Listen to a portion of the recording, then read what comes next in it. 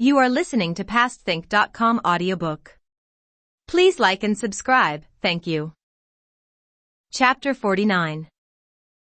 Red flowers bloom brighter in dazzling snow, and venison reeks strangely on rosebud lips. When Caltrip saw the cousins talking and laughing about her, she came forward, smiling herself, and handed the poem she was carrying to Dayu. "See what you think of this one," she said. "If this one is all right, I shall go on learning. If it's still no good, I shall just have to give up the whole idea." The others clustered round Dayu to look. This is what they read. Ethereal splendor no cloud can blot out. Chaste lovely presence of the cold night sky. From a white world the washer's dull thud sounds, till in the last watch cocks begin to cry.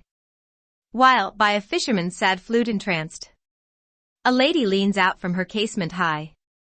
And you, white goddess, lulled in sweet delight, wish every night could be a 15th night.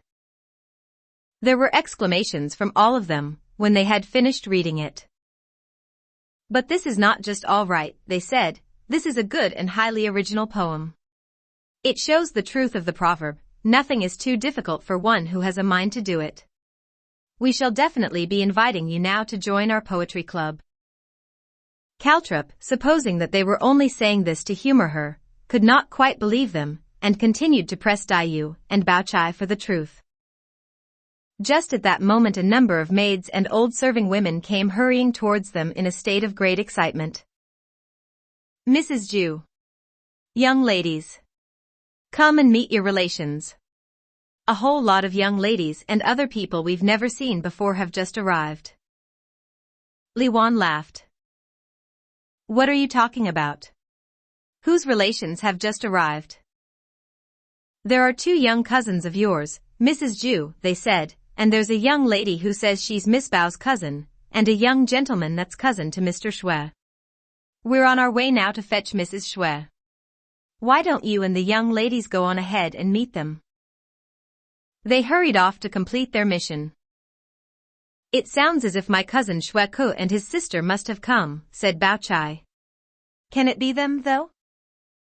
"And it sounds as if my Aunt Li must have decided to bring her two daughters to the capital," said Li Wan. "But how strange that they should have arrived together." When she and the cousins entered Lady Wang's main reception room, they found it packed with people. Apart from the ones whom the servants had mentioned, they found Lady Xing's brother's wife with her daughter Xing Xiuyan. The three of them, Lady Xing's brother and his wife and daughter, had come up to the capital to put themselves under the protection of Lady Xing. By a coincidence Shifeng's brother Wang Ren was starting out for the capital just as they were planning to set out themselves, so on the strength of the marriage connection, Wang Ren being the brother of Lady Xing's daughter-in-law, they had elected to travel in his company.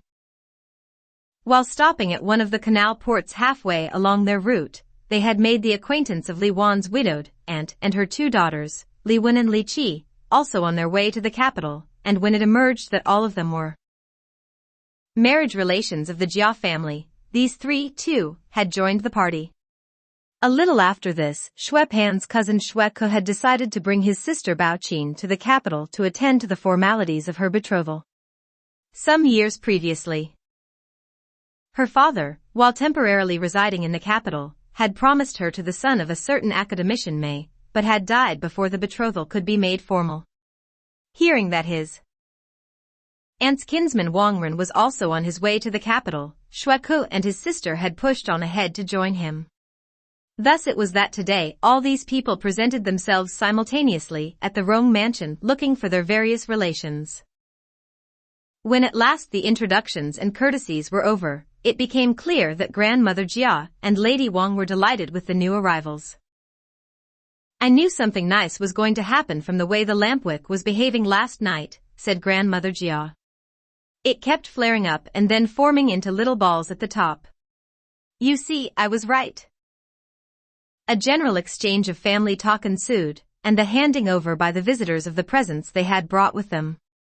After that Grandmother Jia invited them all to take lunch with her, with wine to celebrate. Shifeng, it goes without saying, was now busier than ever. Li Wan and Bao Chai, who had a great deal of catching up on family news to do, were also kept busy exchanging information with their relations about all the things that had happened during the years since they last met.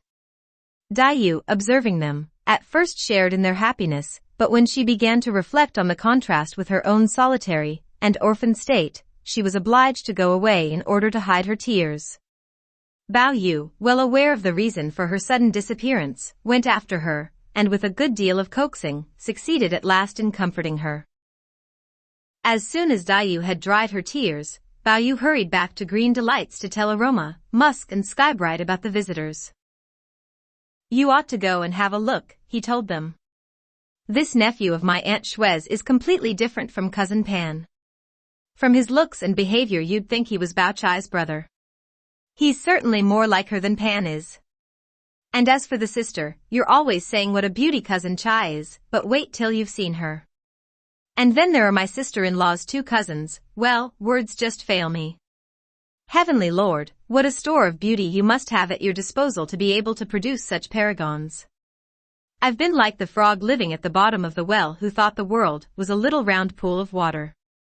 Up to now I've always believed that the girls in this household were without equals anywhere, but now, even without my needing to go outside, here they come, each one more beautiful than the last.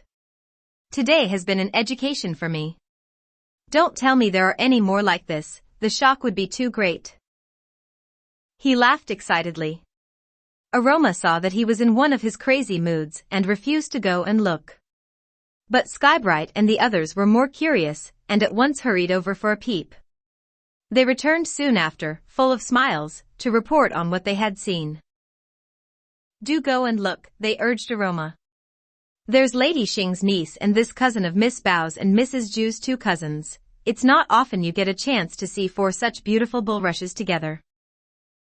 Scarcely had these words been uttered when a smiling Tanchun came in looking for Bao Yu. Our poetry club is in luck, she said, finding him indoors with the maids. Think of all those new members. Yes, said Bao Yu. What a happy inspiration of yours it was to start it. It's almost as though Providence had sent these people here to make it prosper. But are you sure they can all write poetry? I've already asked them, said Tanchun. They are too modest to say outright, of course, but from what I can judge I'm pretty sure that either they all can, or even if they can't, would learn very quickly. Look how quick Caltrop has been. Which of the four do you think is the prettiest, miss? Said Skybright. I say Miss Bao's cousin. Yes, I think I agree, said Tanchun. I think even Bao Chai is not quite as beautiful as her. Aroma had been listening to all this with growing curiosity. This is certainly news to me, she said. I shouldn't have thought it possible to find anyone more beautiful than Miss Bao. I must go and have a look. Grandmother was completely captivated as soon as she set eyes on her, said Tanchun. She's already insisted that mother should become her godmother, and it's decided that grandmother shall bring her up as her own grandchild. Really? Bao Yu seemed delighted. When have I ever told you a lie? Said Tanchun. There was a glint of mischief in her eye. Now that she's got such a beautiful granddaughter, she'll probably lose interest in her darling grandson. That doesn't matter, said Bao Yu unconcernedly. She ought to give preference to girls. That's as it should be. By the way, it's the 16th today. It's the day for our poetry club meeting. Cousin Lin has only recently got up, and Ing Chun is ill again, said Tanchun. We're not really in any shape for a meeting at the moment. Ing Chun doesn't care much about writing poetry anyway, said Bao Yu. Surely we can manage without her?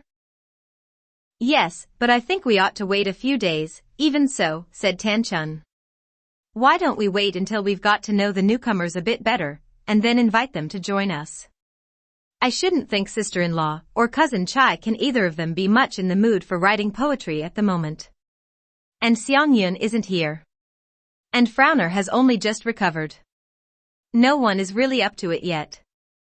We ought to wait until Yun arrives and the new lot have settled in. Then, when Frowner is completely better, and sister-in-law and Cousin Chai are a bit less preoccupied and Caltrip has made some more progress, we can invite everyone to a plenary session. What you and I ought to do now is go round to Grandma's and see what arrangements are being made about these people's accommodation. We know that Chai's cousin is staying here, because Grandma has adopted her, but we don't know yet about the others. If there are no plans for them to stay here, we must ask Grandma to invite them. If possible, we should get her to let them live in the garden. It would be fun to have some more neighbors. Bao Yu grew quite radiant at the thought. How clever you are, Tan, he told his sister admiringly. I'm such a stupid ass. I get so carried away that I don't think about the important things like you do. Brother and sister then went together to Grandmother Jia's apartment, where they found the old lady in wonderful high spirits following Lady Wang's recognition of Xueqin as her goddaughter. She considered that this entitled her to treat the girl as her grandchild, which she had begun doing by insisting that she spend the nights with her in her apartment, and not in the garden with Bao Chai. Xueqin would naturally stay with his aunt and occupy the study that Xueqin had vacated. This niece of yours surely doesn't need to go back to her parents yet? Grandmother Jia said to Lady Xing let her stay in the garden for a few days and enjoy herself. Lady Xing's brother and sister-in-law had been living in extremely straitened circumstances, and now that they had come up to the capital, were relying on her to provide them with accommodation and financial assistance. She was naturally only too delighted to have one less person to her charge, and promptly handed Xiaoyan over to Shifeng to dispose of. Bearing in mind the varied, somewhat peculiar, temperaments of the garden's inhabitants, Shifeng doubted the wisdom of putting Xiaoyan in with one of the others. On the other hand, she foresaw disadvantages in opening up a separate establishment for her. In the end, she put her in with Ying Chun, reflecting that if the girl did experience any difficulties in living with Ying Chun, then even if Lady Xing got to hear of it, Shifeng, could not be held responsible, since Ying Chun was Lady Xing's own half-daughter. From this time onwards, not counting the time she spent at home with her parents, Xiaoyan received, for every whole month that she lived with Ying Chun in Prospect Garden, an allowance from Shifeng of exactly the same amount as the monthly allowance that was paid to Ying Chun herself. To Shifeng's dispassionate eye it soon became apparent that in both temperament and behavior Xiaoyan was quite unlike Lady Xing and her parents, that she was in fact an extremely sweet and lovable person. Sorry that so gentle a soul should be so poor and unfortunate, Shifeng treated her with a tact and considerateness that she did not always show the others. Lady Xing, on the other hand, seemed scarcely aware of her niece's existence. Grandmother Jia and Lady Wang esteemed Li Wan as a good and virtuous young woman who, having lost her husband at an early age, bore widowhood with fortitude and restraint. Now that this widowed aunt had arrived, they refused to hear of her taking lodgings outside, and though the good lady made many polite efforts to decline, insisted that she and her two daughters, Li Wen and Li Qi, should move into Sweet Rice Village and stay there with Li Wan at the family's expense. No sooner had the new arrivals begun settling in than news came that Grandmother Jia's nephew Sherding, the Marquis of Zhongjing, was being transferred to an important position in one of the outer provinces, and would shortly be leaving for his new post, taking his family with him. Grandmother Jia could not bear the idea of a permanent separation from her great niece, and so it was agreed that Xiang Yun, too, should move into residence with the Jias. It was Grandmother Jia's original intention that Shifeng should set up a separate establishment for her in the garden, but as Xiang Yun herself rigorously opposed this idea and insisted on living with her beloved Bao Chai, she was allowed to have her way.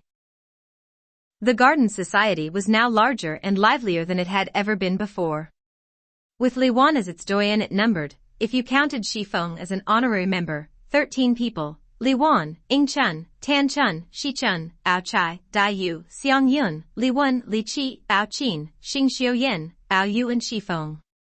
Apart from the two young married women, the rest were all 15, 16, or 17 years old. Most of them were in fact born in the same year, several of them in the same month, or even on the same day. Not only Grandmother Jia and Lady Wang and the servants, even the young people themselves had difficulty in remembering who was senior to whom, and soon gave up trying, and abandoned any attempt at observing the usual formalities of address. Caltrip could now think of nothing else all day long but writing poetry. Up to now she had refrained from importuning Bao Chai too persistently for advice, but with the arrival of an unwearying talker like Xiangyun upon the scene she was in her element. Xiangyun was only too willing to accede to her requests for instruction, and morning, noon and night the two of them were to be found together, always in animated discussion. "You two are deafening me with your perpetual chatter," Bao Chai complained. Imagine how ridiculous and unmaidenly it would seem to a man of letters if he heard that girls were treating poetry as a serious occupation. Caltrip on her own was bad enough, but with a chatterbox like you on top of it, Yun, I'm finding it a bit too much. Everywhere I go it's the profundity of Du Fu, or Wei Yingwu of Suchao's limpidity, or the somewhat meretricious charm of Wen Ting Yun, or Li Xiangyin's obscurity. Still, there are two important living poets I've so far heard no mention of. "Oh," said Xiangyun, all agog. "Which two?" "I've heard no mention of crazy Caltrip's prodigious pertinacity, or the linguipotent loquacity of Xiangyun," said Bao Chai. The other two burst out laughing. At that moment Bao Qin arrived. She was wearing a magnificent rain cape that glittered as she moved with gold and greenish lights. Bao Chai asked her where she had got it from. "Lady Jia gave me it," said Bao Qin. "She looked it out for me because it was beginning to sleet." Caltrip examined it curiously. "No wonder it looks so beautiful. This is woven out of peacock's down." "That's not peacock's down," said Xiangyun. "It's made from mallard's head feathers." She smiled at Bao Qin teasingly. "One can see how fond of you she must be." "She's fond of Bao Yu, but she's never let him wear this." Bao Chai laughed. "To each a different fortune meted." "That's certainly a true saying. I never dreamt that she would be coming here, much less that when she did, Lady Jia would immediately fall for her like this." "Apart from the time you spend with her old ladyship," Xiangyun advised Bao Qin, "I should stick to the garden as much as possible if I were you. In these two places you can eat and drink and play anywhere you please. But be careful of Lady Wang's place. If she's in when you go there, then you can sit and talk with her as long as you like, but if she's not, it's best not to go inside. There are a lot of nasty people in there who like to do us harm." This highly indiscreet warning was uttered so matter-of-factly that Bao Chai, Bao Qin, Caltrip and Oriole were compelled to laugh. "I won't say you are thoughtless," said Bao Chai, "because you obviously mean well, but you really are a bit too outspoken.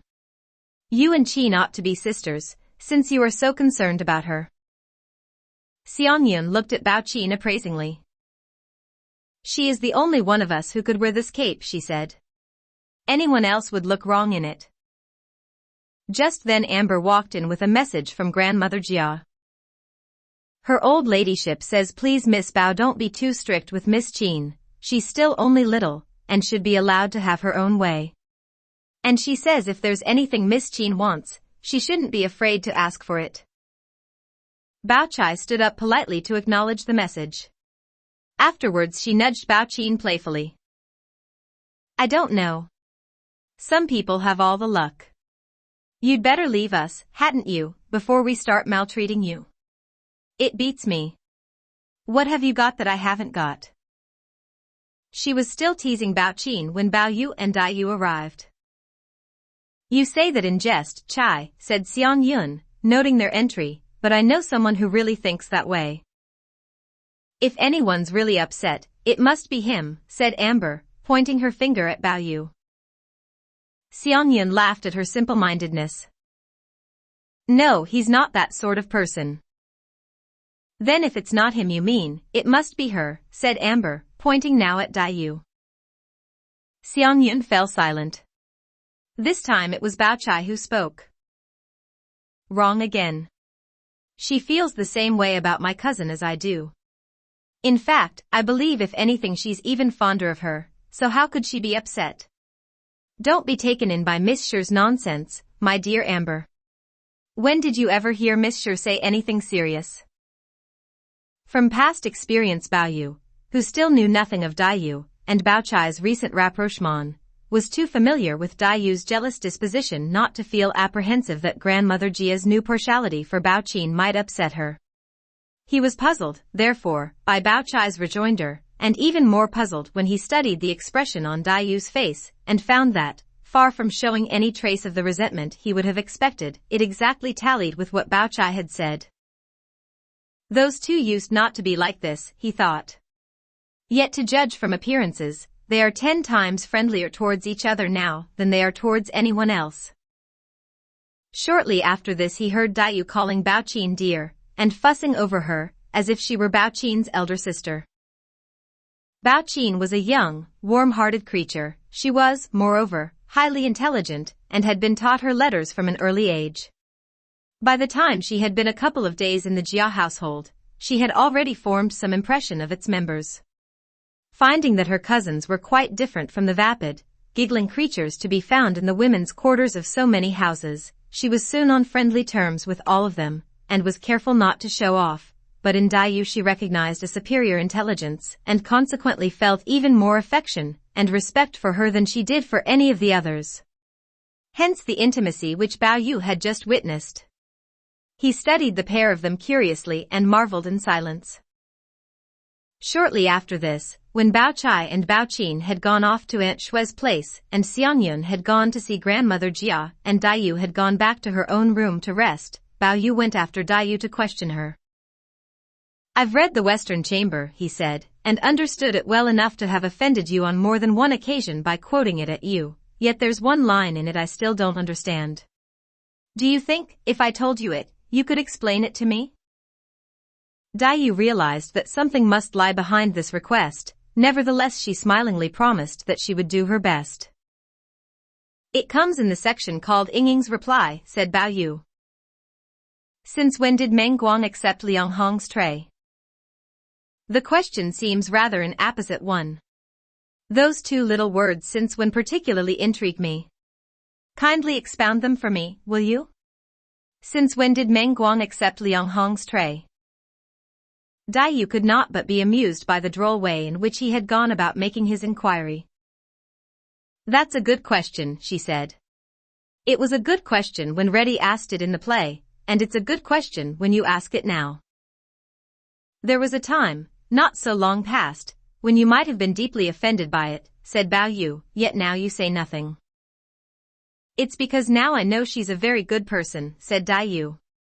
"Before I used to think she was two-faced." She proceeded to tell him, at some length, about the motherly talking to Bao Chai had given her after her lapses in the drinking game, and about the gift of bird's nest and sugar, and the long talk Bao Chai had had with her when she was ill.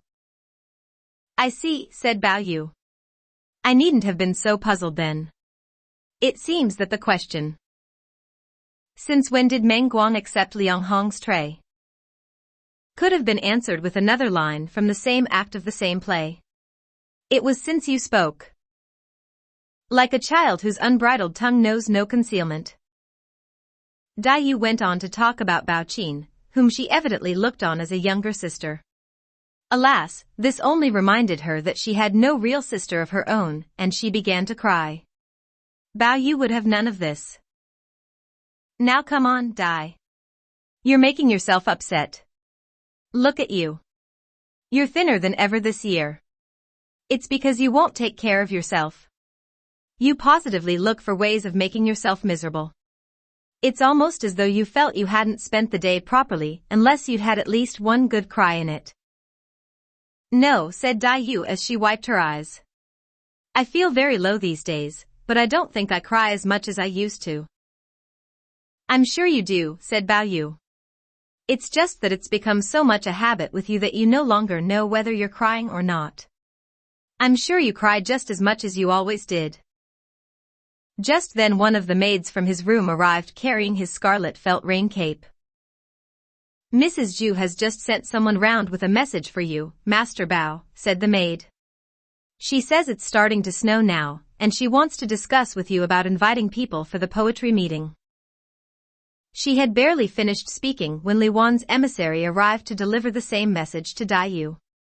Bao Yu suggested that they should go to Sweet Rice Village together, and waited while she put on a pair of little red leather boots, which had a gilded cloud pattern cut into their surface, a pelisse of heavy, dark red bombasson lined with white fox fur, a complicated woven belt made out of silvery green shot silk, and a snow hat. The two of them then set off together through the snow. They arrived to find that nearly all the others were there already, mostly in red felt or camlet snowcloaks. The exceptions were Li Wan, who wore a simple greatcoat of plain woolen material buttoned down the front, Shui Baochai, in a pelisse of ivy green whorl-patterned brocade trimmed with some sort of exotic lamb's wool, and Xing Xiuyan, who had no protection against the snow of any kind beyond the everyday clothes she was wearing. Presently Xiang Yun arrived. She was wearing an enormous fur coat that grandmother Jia had given her. The outside was made up of sables' heads, and the inside lined with long-haired black squirrel. On her head was a dark red camlet princess hood lined with yellow-figured velvet, whose cut-out cloud shapes were bordered with gold, and round her neck, muffling her up to the nose, was a large sable tippet. "Look, monkey," said Dai Yu, laughing at this furry apparition. Trust Yun to turn the need for wearing snow clothes into an excuse for dressing up. She looks just like a Tartar groom. "You haven't seen what I am wearing underneath yet," said Xiang Yun, and opened out the fur coat to show them. She had on a short, narrow-sleeved, ermine-lined tunic jacket of russet green, edge-fastened down the center front, purfled at neck and cuffs with a triple band of braiding in contrasting colors, and patterned all over with dragon roundels embroidered in gold thread and colored silks. Under this she was wearing a short riding skirt of pale red satin damask lined with white fox belly fur. A court girdle of different colored silks braided into butterfly knots, and ending in long silken tassels, was tied tightly round her waist. Her boots were of deerskin. The whole ensemble greatly enhanced the somewhat masculine appearance of her figure with its graceful, athletic bearing. The others laughed. "She loves dressing up as a boy. Actually, she looks even more fetching in boys' clothes than she does as a girl." "Let's get down to business," said Xiang Yun. "What I want to know is, who's paying for the entertainment this time?" "Well, this is what I thought," said Li Wan. "We've already passed the date for our regular meeting, and we don't want to wait until the next one comes round, because it's too far ahead. As it's snowing, I thought it would be rather nice if we clubbed together for a little snow party in honor of the newcomers, and used it as an occasion for doing some poetry making as well. What do the rest of you think?" "I think that's exactly what we should do," said Bao Yu. "The only thing is, it's a bit late for a party today, but if we wait until tomorrow, the snow may have stopped by then, and it won't be so much fun." "It's very unlikely to," said the others. "And even if it has stopped by tomorrow morning, it will surely be snowing still tonight, so it should be well worth looking at in the morning." "This place here is all right, of course," said Li Wan, "but I thought that for this occasion it would be nicer if we met in Snowy Rush's retreat. I've already told them to light the stove there, and get the underground heating system started. I don't think Grandma would much like the idea of our sitting round the stove making verses, so, as it's only a very little party, I propose that we don't tell her about it. As long as we let Feng know, it should be sufficient. As regards contributions, if each of you will bring one tael to me here, it ought to be enough. Not you five," she pointed to Caltrip, Bao Qin, Li Wen, Li Qi and Xiu Yen, and Ying Chun and Shi Chun won't be contributing either. Ying Chun is ill and Shi Chun is on leave of absence. That leaves only Bao Chai, Dai Yu, Xiang Yun and Dai Yu. If you four will contribute one tael each, I will undertake to contribute 5 or 6 taels myself. Together that should be ample." Bao Chai and the other 3 promised to bring her their contributions later, and went on to ask what titles and rhymes should be set for the poetry making. "I've already decided that," said Li Wan. "Let it be a surprise for you when you come." Arrangements for the party having now been settled, the cousins chatted together for a while longer before going off in a body to visit Grandmother Jia. That concludes the narrative for that day. At first light next morning Bao Yu, who in excited anticipation of the day ahead had barely slept all night, crawled from the covers and lifted up a corner of the bed curtain to inspect the weather. Although the doors and windows were still fastened, there was an ominous brightness about the latter which led him to conclude, inwardly groaning with disappointment, that the snow must have cleared and the sun be shining. Jumping out of bed, he opened one of the inner casements and looked through the glass. It was not the sun after all, he found, but the white gleam of snow. It had been snowing all night, there was a good foot of snow on the ground, and it was still coming down in great, soft flakes, like the flock from a torn-up quilt. Overjoyed to find that he had been wrong, he at once began shouting for his maids, and as soon as he had finished washing and dressed himself in an aubergine-colored gown lined with fox, a jacket with a sealskin shoulder cape, and a belt round his waist for warmth, he donned his elegant rain hat and cape, the Prince of Beijing's present that Dai had so much admired, stepped into his pearwood pattens, and set off for Snowy Rush's retreat. Once outside the courtyard gate, the garden stretched out on every hand in uniform whiteness, uninterrupted except for the dark green of a pine tree, or the lighter green of some bamboos here and there in the distance. He felt as if he was standing in the middle of a great glittering crystal bowl. Proceeding on his way, he had just turned a spur in the miniature mountain whose foot he was skirting, when his senses were suddenly ravished by a delicate cold fragrance. On looking around him, he found it to be coming from the dozen or so trees of winter-flowering red plum growing inside the walls of Green Bower Hermitage, where the nun Adamant Ina lived. The brilliance of their carmine hue against the white background, and the bravura of their blossoming amidst the snow so enchanted him that he stopped for some minutes to admire them. As he moved on again, he saw someone carrying a green-oiled silk umbrella crossing over Wasp Waste Bridge. It was one of Li Wan's servants on her way to invite Shifeng to the party. Arriving at Snowy Rush's retreat, he found several women servants outside, sweeping a pathway up to the door. Snowy Rush's retreat was built at the water's margin in the shelter of a little hill. It had a thatched roof and adobe walls and a post-anbar fence round it and bamboo-barred windows, just like a farmhouse or a peasant's cottage. By merely opening a casement and leaning out, it was possible to fish in the lake from its rear windows. Reeds and rushes grew all around it. A meandering pathway through them led to the bamboo bridge by which Lotus Pavilion could be approached from the back. When the snow sweepers caught sight of Bao Yu in his rain hat and cape, they paused from their labors and laughed. "We were just saying a moment ago that all we need now is an old fisherman, and here he comes." "You're too impatient, master, the young ladies won't be coming until they've eaten." Hearing that, there was nothing for Bao Yu to do but go back again. Looking out from Drenched Blossom's pavilion, while he was crossing over the bridge, he caught sight of his sister Tan Chun emerging from Autumn's studio. She was wearing a dark red camlet cloak and guanine hood and leaning on the arm of a little maid. A woman servant walked behind her carrying a green-oiled silk umbrella. Realizing that she must be on her way to see Grandmother Jia, Bao Yu waited by the pavilion for her to catch up with him, and accompanied her out of the garden. When they arrived, Bao Qin was still at her toilet in the inner room. The other cousins joined them shortly after. Bao Yu kept telling everyone how hungry he felt and grumbling, because the servants were so long in serving. When the food at last arrived, the first dish to be put on the table was unborn lamb stewed in milk. "That's a health food," said Grandmother Jia. "It's for old folk like me. I'm afraid you young people couldn't eat it. It's a creature that's never seen the light. There's some fresh venison today, though. Why don't you wait and have some of that?" The others agreed to wait, but Bao Yu professed himself unable to hold out, and helping himself to a bowl of plain boiled rice, poured a little tea over it and shoveled it straight from the bowl into his mouth with 1 or 2 collops of pickled pheasant meat to help it down. "I know you've got something on today," said Grandmother Jia. "That's why you've no time to eat properly." She turned to the servants. "Save some of the venison for them to eat in the evening." "There's plenty more," said Shifeng. "I've already spoken to them about it." Xiangyun had a brief consultation on the subject with Bao Yu. "If they've got fresh venison, why don't we ask for a piece and cook it ourselves in the garden? That would be fun."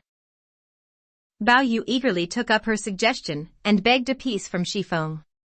He got one of the women to take it into the garden for them. Presently, when they had all left Grandmother Jia's place and reassembled in Snowy Rush's retreat, and were waiting to hear what themes and rhymes Li Wan had decided on, they noticed that Xiang Yun and Bao Yu were missing. "Those two should never be allowed together," said Dai Yu. "As soon as ever they get together there is some kind of mischief afoot. No doubt the reason they've gone off this time is because they have designs on that deer's meat." Just then Li Wan's aunt, Mrs. Li, came in, drawn by the noise and numbers to see what was happening. "That boy with the jade and the girl with the gold Kylin," she said to Li Wan anxiously, "they both seem such clean, well-bred children, and they look as if they had enough to eat, yet just now the two of them were discussing how to eat a piece of raw venison. They seem to be quite serious about it, too. Can one eat venison raw? I find it hard to believe that it can be very good for you." "Shocking," exclaimed the others. "Better go out and stop them." "Yun is at the bottom of this," said Dai Yu. "Mark my words." Li Wan hurried off to find the culprits. "If you are proposing to eat raw meat," she said when she had found them, "I shall have to send you back to Grandma's to do it there. You can take a whole deer and stuff yourselves sick on it as long as it's not my responsibility. Come on, now. Come back and make verses with the rest of us. Out in all this snow, it's much too cold." "You're absolutely mistaken," said Bao Yu, laughing. "We're planning to roast it." "Oh well," said Li Wan, "that's different." Some old women arrived just then, carrying an iron stove, some metal skewers and a grill. "Now be careful about cutting that meat," said Li Wan. "If you cut your fingers, you'll have nobody to blame but yourselves." Having uttered that warning, she went indoors again. Not long after she had gone in, Patience came by on her way to the retreat. Shi Feng had sent her, in response to Li Wan's invitation, to explain that she was unable to join them, because she was busy seeing to the various annual payments that fall due at this time of year. Xiang Yun stopped her to exchange greetings, and having once stopped her, was unwilling to let her go again. Patience was by nature a fun-loving girl, and she knew that Shi Feng would generally let her do as she liked. Considering the idea of cooking outdoors a great lark, she entered into the spirit of the thing, and taking off her bracelets, joined the other two round the brazier, and asked for 3 of the cut-up pieces of venison to roast. Bao Chai and Dai Yu had seen this kind of thing before, and were not particularly interested, but it was a novelty to Mrs. Li and Bao Qin, and the newcomers, and they were greatly intrigued. "What a lovely smell," said Tan Chun, when she and Li Wan had finished discussing the theme for the verse-making. "You can smell it from here. I'm going outside to have some." She went out to join the 3 around the brazier. Li Wan followed her. "Everyone's ready and waiting," said Li Wan. "Haven't you two finished eating yet?" "I need wine to inspire my verse," said Xiang Yun, speaking with a mouthful of venison, "and eating roast venison gives me a thirst for wine. So if I didn't eat this venison, I shouldn't be able to write any poetry for you."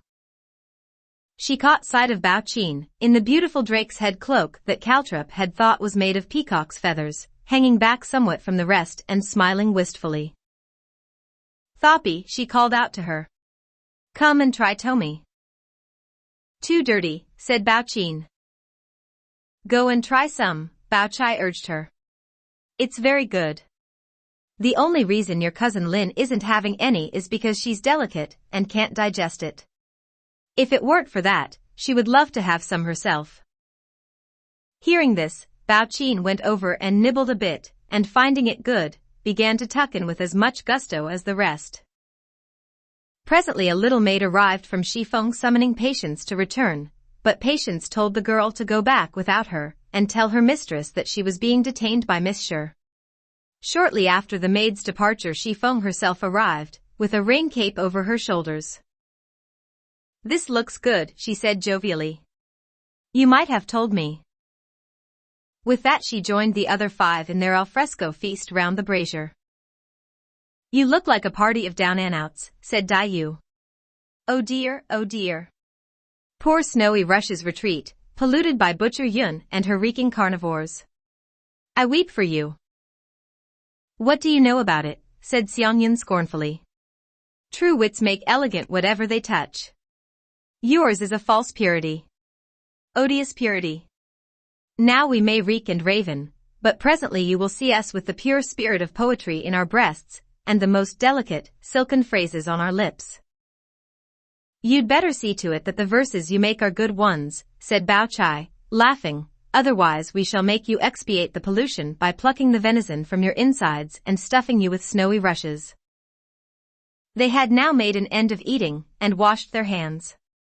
In putting on her bracelets again, Patience noticed that one of them was missing, but though she and the others looked all around them, they were unable to find it. They were still puzzling over its disappearance when Shifeng smilingly put an end to the search. I know where the bracelet's gone. You others go in and get on with your poetry. There's no need to look for it any longer, she told Patience. You will have to go home without it, but I promise that within 3 days from now you shall have it back again. What are your poems to be about this time? She asked the cousins. Grandma says that as it's getting near the end of the year, we shall soon be needing some first-month lantern riddles. Ah yes, of course, they said. We'd quite forgotten, we'd better make some good ones up in advance to have ready for the festival. During this exchange they had been trooping into the room in the retreat, which had the underfloor heating. Wine cups and prepared dishes had been laid there in readiness by the servants. A paper stuck to the wall announced the theme, form and rhyme for the forthcoming poetry contest. Bao Yu and Xiang Yun, who had not yet seen it, quickly went over to look. This is what it said. Theme, the snow. Form, linked pentameters. Rhyme, eyes. No order of composition had been indicated. I'm not much good at poetry myself, said Li Wan, so I shall merely start you off by giving you the first 3 lines. After that, whoever is the first to think of a good following line can carry on. I think we ought to have a fixed order, said Bao Chai. As to whether or not her advice was taken, that will be made clear in the following chapter.